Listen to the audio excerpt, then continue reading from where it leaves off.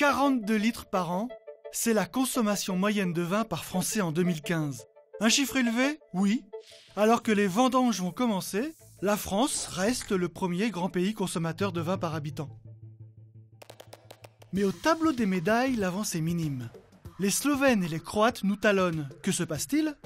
Le désir de vin en France a chuté. De 104 litres par an et par personne en 1975, nous sommes descendus à 42 litres en 2015. Une pente régulière, sur les 20 dernières années, la consommation a baissé de 30%. Mais déjà en 1961, les bistrots se plaignaient d'une baisse de la consommation. Avez-vous l'impression qu'on boit moins de vin dans la région? Ah, j'ai l'impression, oui, très net, même. Très net, très net.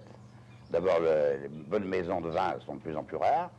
Tous les anciens bistrots où on était vraiment recommandés pour le vin ont disparu. Et puis d'un autre côté, la jeunesse n'en boit pas. Certes, si l'écart diminue, c'est que les autres pays se mettent au ballon. Un Britannique buvait en moyenne 5 litres de vin par an en 1975. Il en ingurgite désormais 20 litres, 4 fois plus.